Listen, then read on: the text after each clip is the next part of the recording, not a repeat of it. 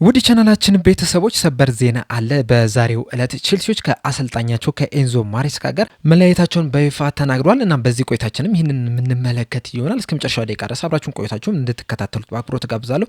እናንተስ በዚህ ዜና ምን ተሰማችሁ? በተለይ ደግሞ የቼልሲ ደጋፊዎች አሰልጣኙ መባረር ነበረባቸው ወይስ ቢቆዩ ይሻል ነበረ? ከዚህስ በኋላ የትኛው አሰልጣኝ ነው ለቼልሲ ትክክለኛው አሰልጣኝ ብላችሁ ታስባላችሁ? ወይም ደግሞ ቼልሲዎችስ የትኛውን አሰልጣኝ ያመጣሉ ብላችሁ ታስባላችሁ? ሀሳባችሁ እንዳለ ኮሜንት ሴክሽን ላይ በመጻፍ እንድታሳውቁኝ በአክብሮት እጠይቃለሁ። ሰብስክራይብ፣ ላይክ፣ ሼር እያደረጋችሁም የቻናሉ ቤተሰብ እንድትሆኑ በአክብሮት እጠይቃለሁ። አሁን በቀጥታ ወደ ፕሮግራሙ የምናመራ ይሆናል። አብራችሁኝ ቆዩ።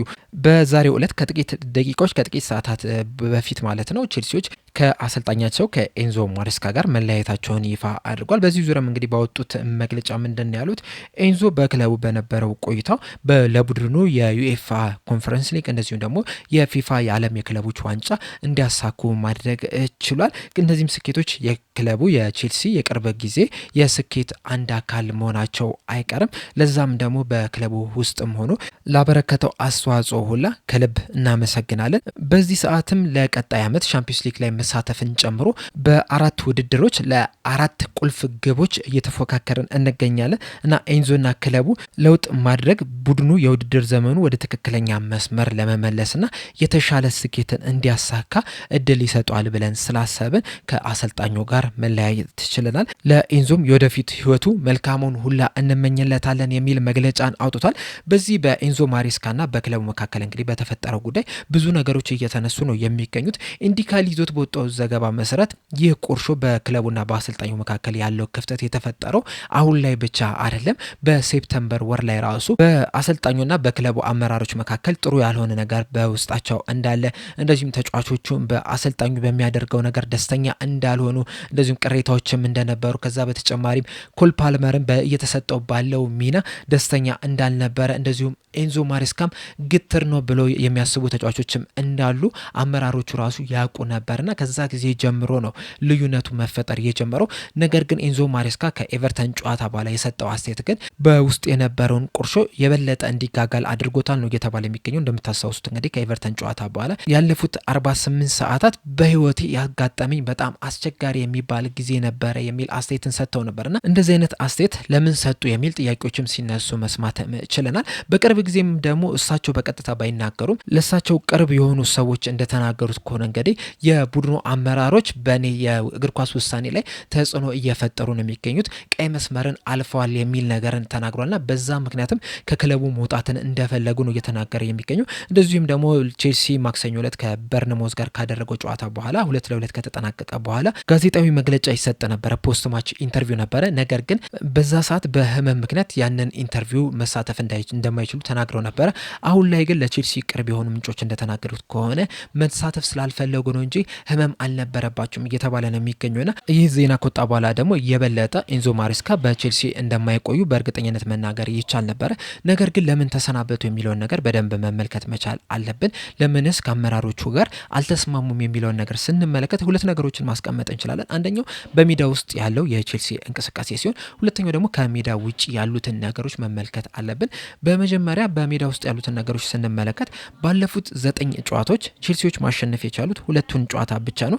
ኤቨርተንን 2-0 እንደዚሁም ደግሞ ካርዲፍ ሲቲን 3-1 በሆነ ውጤት ያሸነፉበት ጨዋታ ነው። ከዛ ውጭ ግን በአትላንታ ሽንፈት አስተናግዷል፣ በሊድስ ተሸንፏል፣ እንደዚሁም ደግሞ በአስቶን ቪላም 2-1 በሆነ ውጤት መሸነፍ ችሏል። ቀሪዎቹን ደግሞ አቻ በሆነ ውጤት ነው ማጠናቀቅ የቻሉት። ቼልሲዎች እንግዲህ በአንድ ወቅት ላይ በዚህ ሲዝን ምናልባትም ለዋንጫ ተፎካካሪ ቡድን ናቸው የሚል ነገር ሲነሳ ነበረ። በተለይ ደግሞ በሻምፒዮንስ ሊጉ ባርሴሎናን 3-0 እንደዚሁም ደግሞ በፕሪሚየር ሊጉ በ9 ተጫዋች ከአርሰናል ጋር አንዳቻ በሆነ ውጤት ካጠናቀቁ በኋላ የዚህ ሲዝን የዋንጫ ፉክክር ላይ አሉበት ሲባል ነበረ። ከዛ በኋላ ግን ነገሮች እንዳለ ተገላቢጦች ነው እየሆኑ የሚገኙት። ጨዋታዎችን እየተሸነፉ ነው የሚገኙት፣ ነጥብ እየጣሉ ነው የሚገኙት። ከዛ በተጨማሪም ደግሞ ማኔጅመንታቸው ላይ ራሱ በጣም ትልቅ ጥያቄ እየተነሳ ነው የሚገኘው። አሁን ለምሳሌ ከአስቶን ቪላ ጋር ባደረጉበት ጨዋታ ስንመለከት እስከ 60ኛው ደቂቃ ድረስ 1-0 መምራት ችለው ነበረ። በጣም ምርጥ የሚባል እንቅስቃሴን ማድረግ ችለው ነበረ። ጨዋታውኑ ሙሉ ለሙሉ መቆጣጠር ችለው ነበር። ነገር ግን 63ኛው ደቂቃ ላይ ኦሊ ዋትኪንስ አቻ የምታደርጋ የማይፈልጋቸውን ግብ አስቆጠረ። ከዛ በኋላ አስቶን ቪላዎች በጣም የተሻለ የሚባል እንቅስቃሴን ማድረግ ችሏል። ከዛ በኋላ እንግዲህ ቼልሲዎች ያደረጓቸው ቅያሬዎች ራሱ ለመሸነፋቸው እንደ አንድ ምክንያት ተደርጎ ነው እየተቀመጠ የሚገኘው። 69ኛው ደቂቃ ላይ 3 ተጫዋቾችን ቀይረው ማስገባት ችሎ ነበረ። ጉስቶ ጊትንስና ዴላፕ ተቀይረው ሲገቡ ጆ ፔድሮ ግራናቾና ኩኩሬላ ደግሞ ተቀይረው መውጣት ይችላል። ከዛ 72ኛው ደቂቃ ላይ ደግሞ ኮል ፓልመር ተቀይሮ እንዲወጣ ተደርጓል። ከዛ በኋላ እንግዲህ ቼልሲዎችም ጥሩ የሚባል እንቅስቃሴ ማድረግም አልቻሉም። እንደዚሁም በበርንማውዝ ጨዋታ ላይ ራሱ ከመጀመሪያው የ60 የአስቶን ቪላ ጨዋታዎች አንጻር ስንመለከተው ወደ 5 ተጫዋቾች ቅያሪ መደረግ ችሏልና ያንን ምርጥ የሚባል እንቅስቃሴን መድገም አልቻሉምና እንደዚሁም ደግሞ ቀይረው ሲያስወጡ ቀይረው ሲያስገቡ ራሱ ስህተት እየሰሩ ነው የሚገኙት። በዛ ምክንያትም እነዚህን 9 ጨዋታዎች ላይ 7ቱ ላይ ነጥብ እንዲጥሉ አድርጓቸዋል የሚል ነገሮች እየተነሱ ነው የሚገኙትና ማኔጅመንታቸው ላይ ይዞት የሚገቡት ታክቲክ ላይ የሚያስገቧቸው ተጫዋቾች ላይ ራሱ ብዙ ስህተቶችን እየሰሩ ነው የሚገኙትና ያ ደግሞ ለመሰናበታቸው አንዱ ምክንያት ሆኗል ነው እየተባለ የሚገኘው።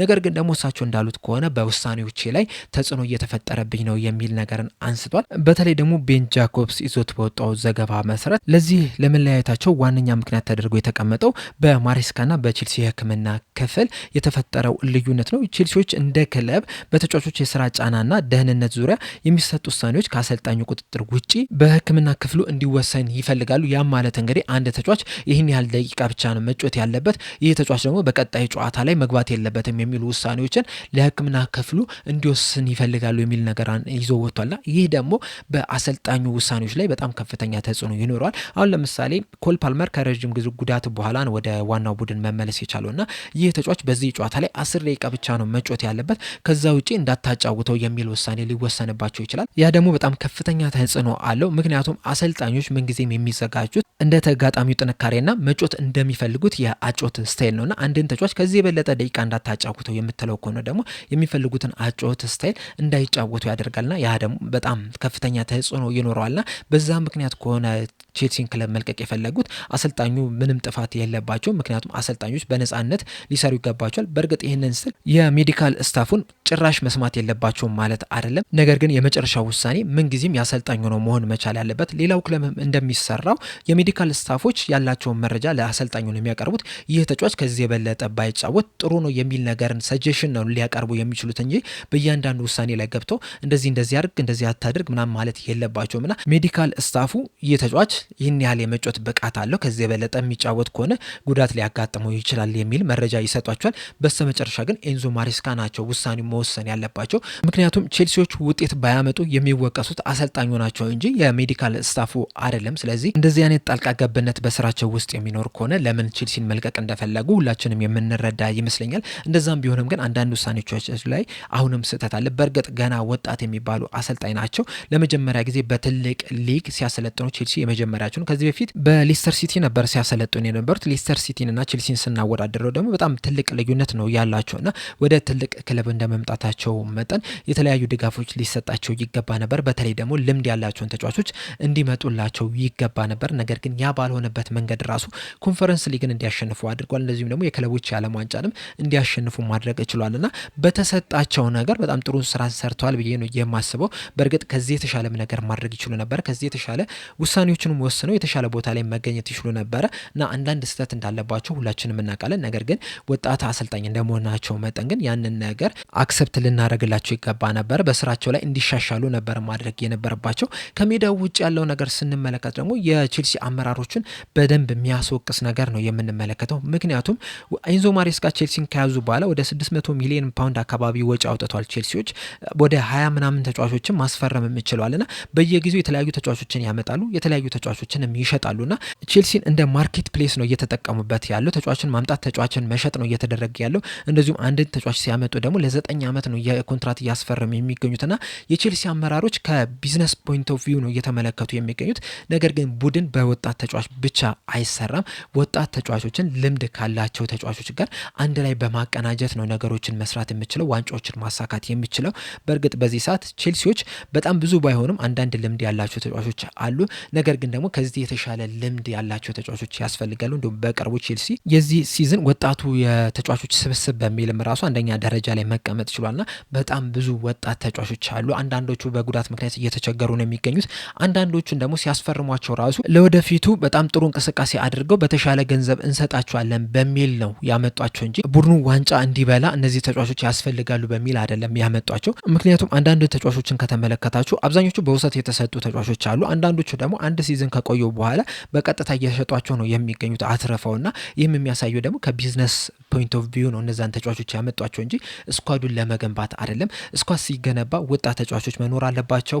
እንደዚሁም ደግሞ መካከለኛ እድሜ ላይ ያሉት ለእግር ኳስ ተጫዋች ማለት ነው ወደ 25 26 27 እድሜያቸው ላይ ያሉ ተጫዋቾች ያስፈልጋል። እንደዚሁም ደግሞ ልምድ ያላቸው ብዙ ባይሆኑም ራሱ 30 ቤት የገቡ 1 2 3 ተጫዋቾች ራሱ የግድ ያስፈልጋልና እንደዚህ አይነት የእድሜ ስብጥር ሲኖር የልምድ ስብጥር ሲኖር ነው አንድ ቡድን ተብሎ ዋንጫ ለማንሳት ሊፎካከር የሚያስችል አቋም ላይ የሚሆነው። ቼልሲ ላይ ግን ያንን ነገር እየተመለከተን አይደለም የሚገኘው። እንዲሁም ቶድ ቦሊ ቼልሲን ከገዛ በኋላ ያስፈርሟቸውን ተጫዋቾች ብትመለከቱ ራሱ አብዛኞቹ ተጫዋቾች በአብዛኛው ሰው የሚታወቁ አይደለም።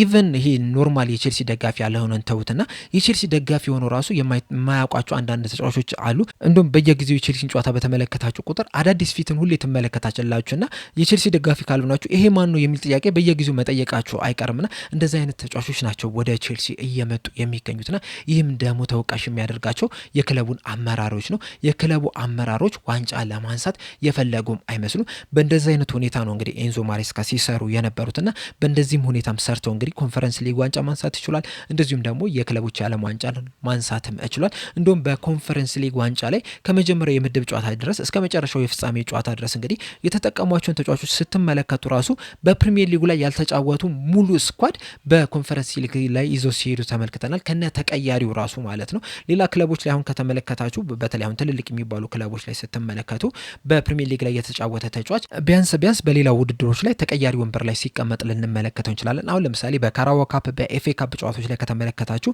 በማንቸስተር ሲቲም በአርሰናልም በማንቸስተር ዩናይትድ በሊቨርፑልም ብትመለከቱ አብዛኞቹም ወጣት ተጫዋቾች ሊያስገቡ ይችላሉ። ተቀያሪ ወንበር ላይ ግን ዋናዎቹ ተጫዋቾች ቢያንስ 1 2 3 ተጫዋቾችን አታጡም ነበረ። ቼልሲዎች ግን ባለፈው ሲዝን በኮንፈረንስ ሊግ ላይ ሙሉ ስኳድ ከነ ተቀያሪው ማለት ነው አዳዲስ ተጫዋቾችን ነበር ሲጠቀሙ የነበሩትና የሚያሳየው ከልክ በላይ ስኳድን ነው ያዙት። በእርግጥ በዛ በኮንፈረንስ ሊግ ላይ ጠቅሟቸው ሊሆን ይችላል። ምክንያቱም በፕሪሚየር ሊጉ ላይ እንዲያተኩሩ አድርጓቸዋል። ወደ ሻምፒዮንስ ሊግም እንዲገቡ አድርጓቸዋል። ነገር ግን አሁን ላይ በሻምፒዮንስ ሊግ ነው እየተሳተፉ የሚገኙት፣ በፕሪሚየር ሊግ ነው እየተሳተፉ የሚገኙትና እነዚህን ትልልቅ ውድድሮች ላይ የተሻለ ነጥብ ይዞ ለማጠናቀቅ እስከ ዋንጫ ድረስ ለመሄድ ከፈለጉ ልምድ ያላቸው ተጫዋቾች ጥሩ የሚባሉ ተጫዋቾችን ማምጣት ነበረባቸው። በተለይ ደግሞ ባለፈው የክረምቱ የዝውውር መስኮት ላይ እንደዛ ማድረግ የሚችሉባቸውም አጋጣሚዎች ነበሩ። እንደሚያወጧቸው ወጪዎች ጥሩ ተጫዋቾች ወደ ተለያዩ ክለቦች መሄድ ችሏል። በተለይ ደግሞ ልምድ ያላቸውን ተጫዋቾች ለማምጣት ጥረት ማድረግ ነበረባቸው። በተለይ በዋነኝነት በተከላካይ ስፍራ ላይ ማምጣት ነበረባቸው። አሁን ለምሳሌ ዣካን ማየት ትችላላችሁ። ከባየር ሊቨርኩሰን ወደ ሰንደርላንድ አቅንቷል። ለሰንደርላንድም ምን ያህል ከፍተኛ ጥቅም እየሰጠ እንደሆነ እንግዲህ እየተመለከት ነው የምንገኙና ይህንን ተጫዋች ራሱን ለማምጣት ጥረት ማድረግ ነበረባቸው። በብቃት በፍጥነት ምናምን የሚለውን ትተን እንኳን ልምዱ ብቻ ለቼልሲ በጣም ከፍተኛ አስተዋጽኦ ማድረግ ይችል ነበር። ምክንያቱም በዚህ ሲዝን ቼልሲዎች በሜዳቸው እየመሩ 13 ነጥቦችን ጥለዋል። በአጠቃላይ በፕሪሚየር ሊጉ እስካሁን ድረስ ባደረጓቸው 19 ጨዋታዎች እየመሩ ወደ 15 ነጥቦችን ጥለዋል። 13ቱ በሜዳቸውን የጣሉትና ይህም የሚያሳየው ደግሞ ጌም ማኔጅመንት ላይ በጣም ትልቅ ችግር እንዳለባቸው ነው። ልምድ ያለው ተጫዋች ቢኖር ኖሮ በቡድናቸው ውስጥ ጨዋታዎችን እየመሩ ጨርሰው እንዲወጡ ከፍተኛ አስተዋጽኦ ማድረግ ይችሉ ነበርና እንደነ ዣካ አይነት ተጫዋቾች ደግሞ ለእንደዚህ አይነት ነገሮች በጣም ጥሩ የሚባሉ ተጫዋቾች ናቸውና አሁን ላይ የሚጠቀሙት ያለው ፖሊሲ ቼልሲዎችን እየጎዳ ነው እንጂ እየጠቀማቸው አይደለም የሚገኘው። በተለይ ደግሞ ከድሮ አመራር ጋር ስንመለከተው አሁን ለምሳሌ አብርሃሞቪች ቼልሲን ልክ እንደገዛ ማለት ነው በጣም ምርጥ የሚባሉ ተጫዋቾችን ነበረ ሰብስቦ ቼልሲዎች የዋንጫ ባለቤት እንዲሆኑ ያደረገ። ከዛ በኋላ ራሱ የሚያመጣቸውን ተጫዋቾች ስንመለከት ወጣት ተጫዋቾችን ያመጣል፣ እውነት ነው። ነገር ግን ደግሞ ልምድ ያላቸውን ተጫዋቾች በጣም ወሳኝ የሚባሉ ተጫዋቾችንም ሲያመጣ መመልከት ችለን ነበርና ባላንስ የሆነ ስራን ነበር ሲሰሩ የነበሩት። ቶድ ቦሊ ከመጡ በኋላ ግን በቢዝነስ ፖይንት ኦፍ ቪው ብቻ ነው እየተመለከቱ የሚገኙት እንጂ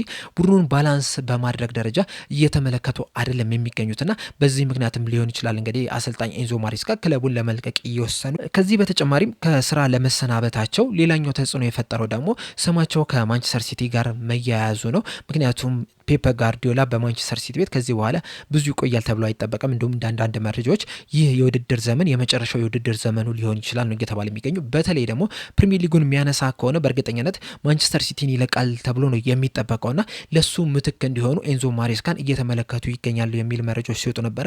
ዛሬ ላይ በወጡ መረጃዎችም ደግሞ ከጥቂት ሳምንታት በፊትም ኤንዞ ማሬስካ ከማንቸስተር ሲቲ ጋር ንግግር እንዳደረጉ ነው እየተነገረ የሚገኘው። በዛ ሰዓትም ኤንዞ ማሬስካ ለአመራሮቹ አሳውቀው ነበርና ምናልባትም በዛ ምክንያትም ሊሆን ይችላል ካሁኑ እኔን አሰልጣኝ ለማባረር ያሰቡት እየተባለ ይገኛልና በምንም ይሁን በምንም ምክንያት እንግዲህ በዚህ ሰዓት ቼልሲዎች ኤንዞ ማሬስካን ከስራቸው አሰናብቷቸዋል። ይህንንም ተከትሎ በካሳ መልክ ለኤንዞ ማሬስካ እስከ 8 ሚሊዮን እስከ 6 ሚሊዮን ዩሮ አካባቢ ይከፍሏቸዋል ነው እየተባለ የሚገኘው። አሁን ኤንዞ ማሬስካ ከስራቸው ተሰናብቷል። ቀጣይስ ለቼልሲ አሰልጣኝነት ማን ይመጣል የሚሉ ጥያቄዎች እንግዲህ እየተነሱ ነው የሚገኙት። አንዳንድ ምንጮች እንደሚናገሩት ከሆነ ቼልሲዎች ምናልባትም የቼልሲ ባለሀብት የሆኑት የቴድ ቦሊ ሁለተኛ ክለብ የሆኑ ስትራስበርግ አሰልጣኝ የሆኑትን ሊያመጡ ይችላል እየተባለ ይገኛል። ከዛ በተጨማሪም ደግሞ ሮበርት ዲዘርቪም የቼልሲ አሰልጣኝ ሊሆን የሚችልበት እድል አለው እየተባለ ይገኛል። የተለያዩ አሰልጣኞችን እያነጋገሩ ይገኛል። በቅርቡም አሰልጣኛቸውን ይሾማሉ ተብሎ ነው የሚጠበቀው። ከዛ በኋላ እንግዲህ ስለ አዲሱ አሰልጣኝ በደንብ የምንመለከተው ነገር ይሆናል። አሁን ላይ ግን ቼልሲዎች አሰልጣኝ ኤንዞ ማሬስካን ማሰናበታቸው ትክክል ነው ብላችሁ ታስባላችሁ? እንደዚሁስ በቀጣይስ የቼልሲን ስራ ማን ይረከባል ብላችሁ ታስባላችሁ? ሀሳባችሁ እንዳለ ኮሜንት ሴክሽን ላይ በመጻፍ አሳውቁኝ። ለአሁን እኔ እዚህ ላይ ያበቃው። በቀጣይ በሌላ እስከምንገናኝ ድረስ ሰብስክራይብ፣ ላይክ፣ ሼር ማድረግ እንዳትረሱ። ቸር ያቆየን።